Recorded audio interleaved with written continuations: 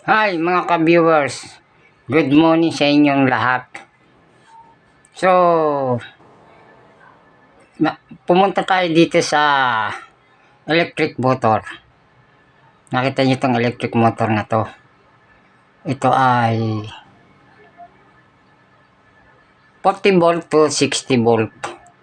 Ayan, yung motor. Yan, yung motor yan. Buo yan. Tinesting ko na yan, mga bossing, mga viewers. Buong buo yan. Akala nung gumawa, sira. O, di kinuha ko. So, buo. Hindi naman sira. Ewan ko baka ba't ganun sila. So, nakita niyo naman itong motor na to. Di ba? Ginagamit na to sa 3 wheels eh. O, ayan, yung motor na yan. Laki to eh.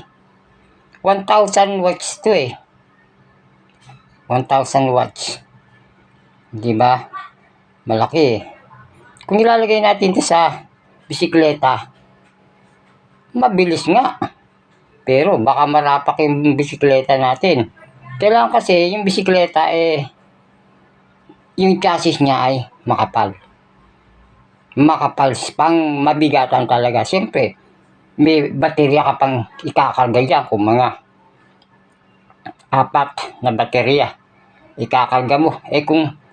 Kung 40 volts ito, 4 na baterya, 12 volts. Ilan na yun? 48 volts. 48 volts kasi ito eh. 40 to 48 volt to 60 volt. Ayan. So mga ka-viewers, malaki na ito sa bike. Diba? Laki oh. Mabigat na yan. Kaya lang, malakas yan. Para yan single motor. So mga ka-viewers, kung ito pag-iisipan natin ilagay sa bisikleta baka tayo madisgrasya. Mabilis to eh. Mataas ang RPM nito mga ka-viewers. Pag nireklamo to, naku. So mga ka-viewers, ito pinag-iisipan ko nga to na imbentoin sa bisikleta. Yun lang ang may update ko sa inyo ngayon. Ayan mga ka-viewers ha. Kita nyo. Hindi na natin paandarin. Buo naman talaga yan. Hindi ko naman kayo niloloko eh. So hanggang dito na lang tayo mga ka-viewers. Magandang umaga sa inyo. Salamat.